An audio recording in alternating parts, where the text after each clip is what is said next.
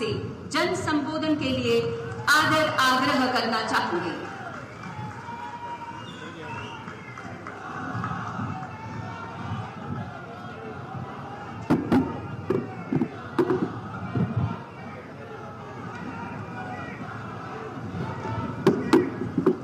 मेरे साथ बोलिए, भारत माता की।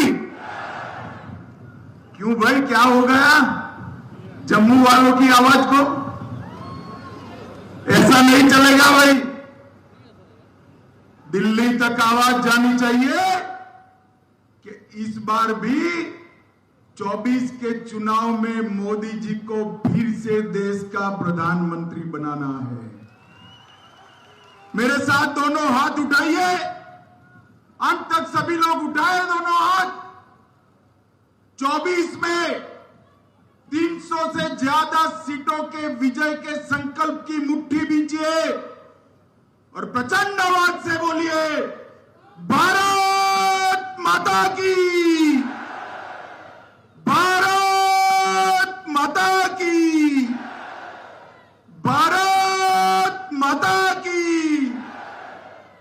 मंच पर उपस्थित श्रीमान मनोज सिन्हा जी, महामहिम उपराज्यपाल जम्मू कश्मीर, मेरे मित्र और पीएमओ में राज्य मंत्री, यहीं के सांसद डॉक्टर जितेंद्र सिंह जी, भाई जुगल किशोर जी, सांसद जम्मू लोकसभा, महापौर जम्मू श्री राजेंद्र शर्मा जी, हमारे गुर्जर साथी राज्यसभा के खड़े हो जाइए, ऊपर नहीं आए हैं, राज्यसभा के सदस्य महोदय श्री अजय कुमार भल्ला जी, श्री अरुण कुमार मेहता जी, श्री तपन डेका जी, श्री श्यामल मिश्रा जी, और आज इतनी चिलचिलाती धूप में इतनी बड़ी संख्या में आए हुए प्यारे भाइयों बहनों माताओं और मेरे जिगर के टुकड़े जैसे युवा मित्रों, आप सभी को सबसे पहले मेरा राम राम प्रणाम। आज फिर एक बार ये मंदिरों की नगरी में आने का मुझे मौका मिला है। उस वक्त मैं सबसे पहले मां वैष्णो के चरणों में प्रणाम कर मेरे श्रद्धा व्यक्त करना चाहता हूं। भाइयों और बहनों, आज 23 जून श्यामा प्रसाद जी का बलिदान दिवस है। हम सब जानते हैं, पूरा देश जानता है, आज पश्चिम बंगाल अगर देश के साथ जुड़ा है तो वो श्यामा प्रसाद मुखर्जी के कारण जुड़ा है। और पूरा देश जानता है कि आज फिर से एक बार जम्मू कश्मीर में पूरा भारत के साथ जुड़ा हुआ है। धारा 370 निरस्त हुई है तो इसका एकमात्र कारण श्यामा प्रसाद जी का बलिदान और उनका हौसला और संकल्प। ये महापुरुष ने 1953 में देश के उद्योग मंत्री के नाते इस्तीफा दिया। जब धारा 370 इंट्रोड्यूस हुई, इसका विरोध किया और कहा इस देश में दो विधान, दो निशान, दो प्रधान नहीं चलेंगे। और इसके लिए सत्याग्रह करते करते जम्मू कश्मीर तक पहुंचे। धोखे से अरेस्ट कर लिया गया, परमिट नहीं है करके। अरे भला, अपने देश में जाने के लिए कौन सी परमिट? और हम सब जानते हैं कि इनकी हत्या कर दी गई। आज श्यामा प्रसाद जी का बलिदान दिन है, मगर मैं जानता हूं श्यामा प्रसाद जी की आत्मा जहां पर भी होगी बड़े सुकून के साथ होगी, क्योंकि 5 अगस्त 2019 को मोदी जी ने धारा 370 को निरस्त कर दिया है। और मित्रों, श्यामा प्रसाद मुखर्जी और डॉक्टर पंडित प्रेमनाथ डोगरा, ये दोनों ने हमारे जम्मू कश्मीर को भारत माता का मुकुटमणि बनाने के लिए जो योगदान दिया है, इसके लिए न केवल जम्मू कश्मीर, पूरा देश ये दोनों महामानवों के हमेशा के लिए ऋणी रहेगा, उनके ऋण का स्वीकार करते। मित्रों, आज कई सरकारी कार्यक्रमों के लिए आज मैं यहां आया हूं, तब मोदी जी की सरकार के 9 साल समाप्त हुए हैं। ये 9 साल में भारतीय जनता पार्टी अभी एक महाजन संपर्क अभियान चला रही है। वो जन संपर्क अभियान में हमने 9 साल में देश कहां से कहां पहुंचा, इसकी बात करनी है। मित्रों, मैं एक ही बात करता हूं, मोदी जी ने 12 लाख करोड़ के घपले, घोटाले, भ्रष्टाचार वाली यूपीए सरकार की जगह 9 साल तक नरेंद्र मोदी जी की सरकार पर कोई भी भ्रष्टाचार का आरोप तक नहीं कर सकता, ऐसी सरकार चलाई है। और इस देश में से भ्रष्टाचार को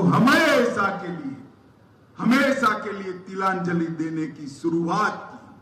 उन्होंने इस देश का गौरव बढ़ाया है, इस देश का उत्कर्ष किया है, और इस देश के 60 करोड़ गरीबों के जीवन में ढेर सारी सुविधाएं, जिसका गरीब आदमी 70 साल से राह देख रहा था, उसको पहुंचाने का काम प्रधानमंत्री नरेंद्र मोदी जी ने किया है।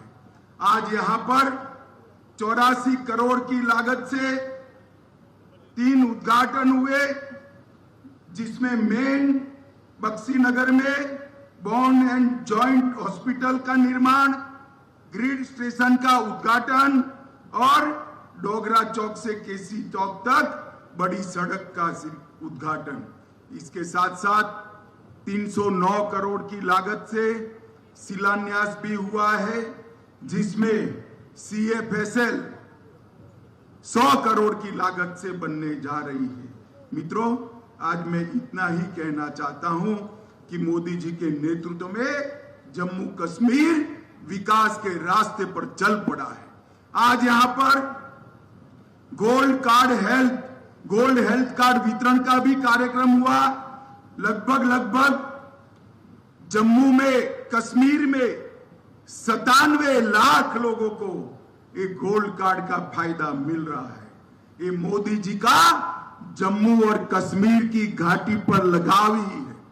पूरे देश भर में ये प्रधानमंत्री आयुष्मान भारत योजना सिर्फ और सिर्फ गरीबों को मिलती है, मगर जम्मू कश्मीर में कोई भी नागरिक हो, उसको 5 लाख तक की सारी स्वास्थ्य की सुविधाएं मुफ्त में देने का निर्णय प्रधानमंत्री नरेंद्र मोदी जी ने किया है। मित्रों, नरेंद्र मोदी जी ने किया है।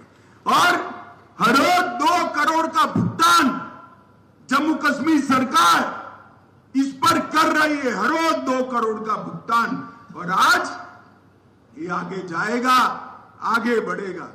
अभी तिरुमला तिरुपति देवस्थानम का मंदिर का भी यहां पर शुभारंभ हुआ है। ये सभा के बाद मैं जाऊंगा और वहां पर अपनी श्रद्धा व्यक्त कर आगे घाटी के लिए निकलूंगा। मित्रों, मोदी जी के नेतृत्व में नया जम्मू कश्मीर बन रहा है। एक जम्मू कश्मीर में सालों तक 3 परिवारों का शासन रहा, सालों तक, और धारा 370 के कारण जम्मू कश्मीर में विकास नहीं हुआ। 42,000 लोग आतंकवाद की भेंट चढ़ गए, और ये लोग कहते हैं हमें धारा 370 संभाल के रखनी चाहिए। मैं पूछना चाहता हूं अब्दुल्ला और मुफ्ती को कि भैया, ये 42,000 लोग मारे गए, कौन जिम्मेदार है? शासन तो आपका ही रहा, ये 3 परिवार ने ही शासन किया। नरेंद्र मोदी जी के नेतृत्व में यहां पर आतंकवाद पर संपूर्ण नकेल कसने का काम भारतीय जनता पार्टी की सरकार ने किया है।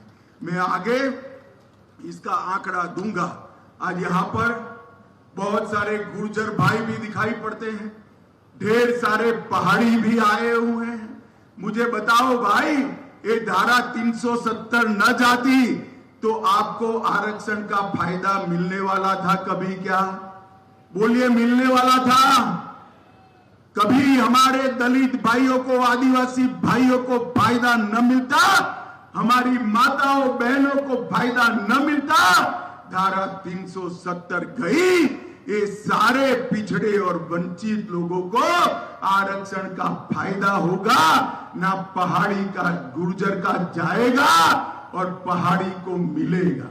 गुर्जर का भी नहीं जाएगा, 1% भी कम नहीं होगा और पहाड़ियों को भी अपना अधिकार मिलेगा। ये न्याय नरेंद्र मोदी जी ही कर सकते हैं।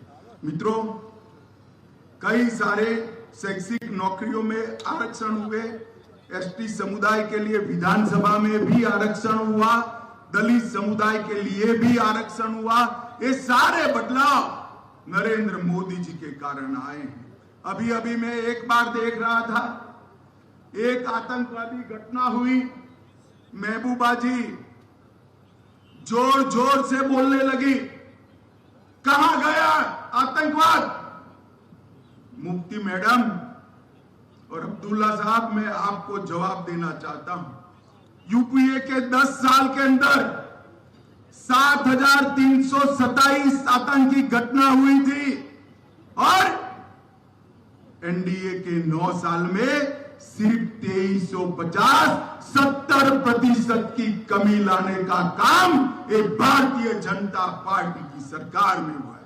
2056 नागरिक मारे गए थे यूपीए की सरकार में। 9 साल में सिर्फ 377 मारे गए हैं, 377। ये भी हमें गवारा नहीं है मित्रों।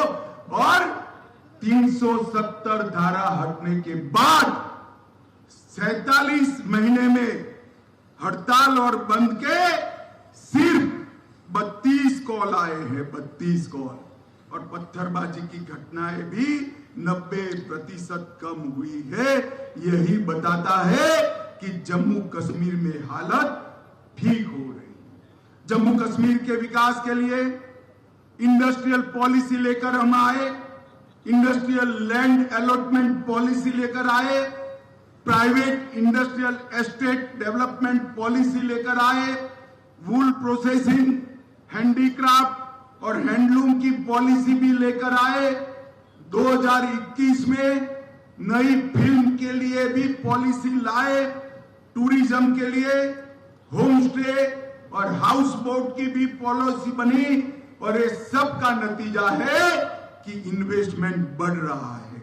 और मित्रों, पर्यटकों की संख्या 2022 में 1,88,00,000 पर्यटक जम्मू और कश्मीर में आए। ये अब तक का सबसे बड़ा रिकॉर्ड। और 3 परिवारों को मैं कहना चाहता, आपके जमाने में इसका 50% भी कभी नहीं आया।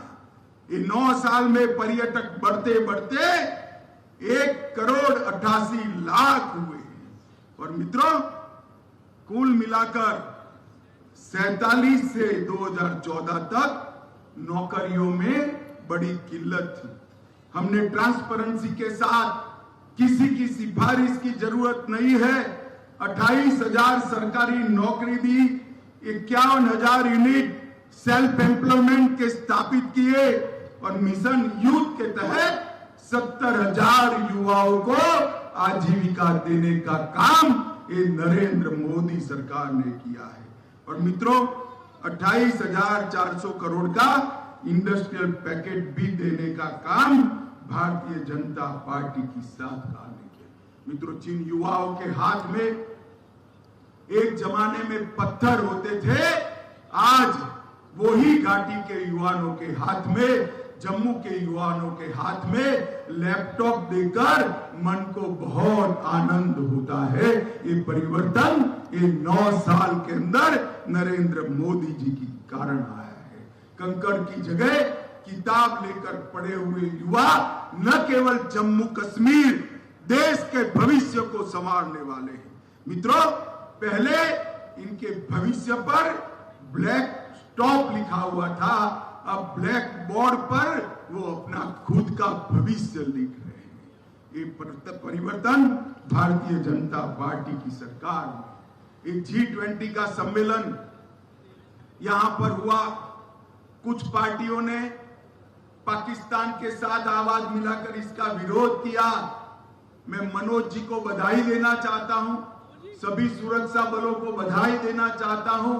एक भी विघ्न के बगैर इतने सारे देशों के नेता G20 कर कश्मीर के लिए अच्छे टूरिज्म का संदेश लेकर गए हैं और समग्र विश्व के अंदर कश्मीर में जो हालात सुधरे हैं इसका संदेश पहुंचाने का काम किया है। नरेंद्र मोदी सरकार ने पंचायती राज व्यवस्था फिर से लागू की। पहले 3 परिवारों के भ्रष्टाचार के साथ साथ 3 परिवारों के नुमाइंदे ही दिखाई पड़ते थे। अब 32,000 नवनिर्वाचित पंच, सरपंच, तहसील पंचायत, जिला पंचायत के सदस्य हैं जो जम्मू कश्मीर को आगे ले जा रहे हैं। और मित्रों, मेडिकल कॉलेज 70 साल में 4 बनाए, मोदी जी ने 9 साल में 9 नए मेडिकल कॉलेज बनाए और 15 नर्सिंग कॉलेज बनाए। पहले 500 मेडिकल सीटें थी, अब 600 MBBS की सीटें जोड़ दी गई है। और डिग्री कॉलेज और इंजीनियरिंग कॉलेज 96 थे, अब 147 है। IIT और IIM जम्मू को देने का काम किया गया है। ढेर सारे विकास के काम हुए हैं, मगर इन लोगों को विरोध की ही राजनीति करनी है। मित्रों, आज 23 तारीख को पटना में एक फोटो सेशन चल रहा है। सारे विपक्ष के नेता एक मंच पर इकट्ठा हो रहे हैं और संदेश देना चाहते हैं कि हम भारतीय जनता पार्टी को, NDA को और मोदी जी को चैलेंज करेंगे।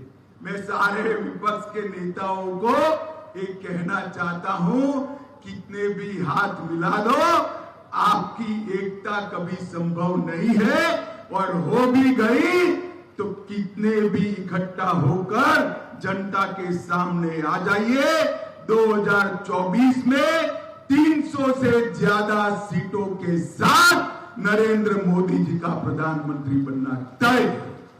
मित्रों, इन लोगों ने एक तमाशा देख कर किया है।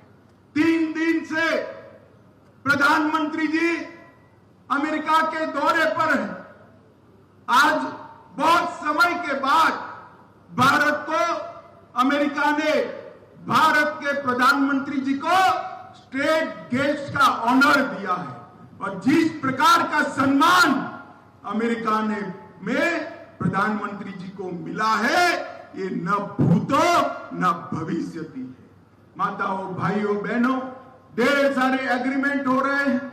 अंतरिक्ष के क्षेत्र में एग्रीमेंट हो रहा है, अंतरिक्ष के क्षेत्र के साथ साथ डिफेंस के क्षेत्र में एग्रीमेंट हो रहे हैं, सेमीकंडक्टर के क्षेत्र में एग्रीमेंट हो रहे हैं, और ढेर सारी बड़ी कंपनियां यहां पर इन्वेस्टमेंट करने के लिए लालायित है। ये नरेंद्र मोदी जी ने 9 साल में भारत दुनिया की 11वीं अर्थव्यवस्था था, उसको 5वें नंबर की अर्थव्यवस्था सिर्फ 9 साल में बनाने का काम किया है। और राहुल बाबा हमेशा विरोध करते। धारा 370 हटानी है तो विरोध करेंगे, राम मंदिर बनाना है तो विरोध करेंगे, ट्रिपल तलाक हटाना है तो विरोध करेंगे। अरे राहुल बाबा, विरोध करते करते आपका स्वभाव ही विरोध का बन गया है।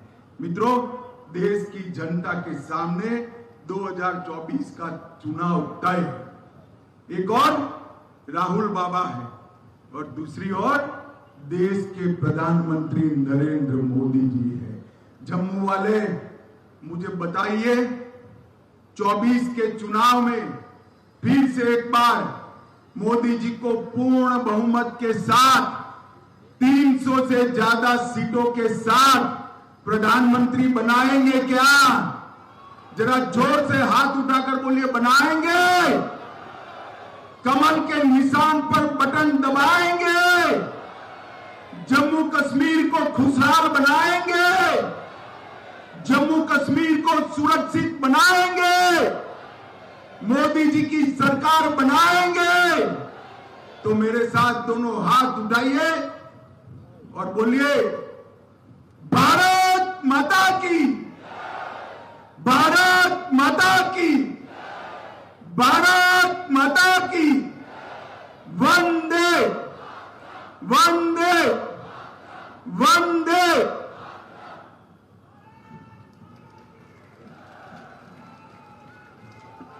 आज के इस सफल आयोजन के लिए मैं माननीय गृह मंत्री श्री अमित शाह जी, केंद्रीय मंत्री डॉक्टर जितेंद्र सिंह जी, महामहिम उपराज्यपाल श्री मनोज सिन्हा जी एवं सभी आगंतुकों, आयोजकों, सुरक्षा कर्मियों, मीडिया बंधुओं एवं अधिकारियों का हार्दिक आभार व्यक्त करते हुए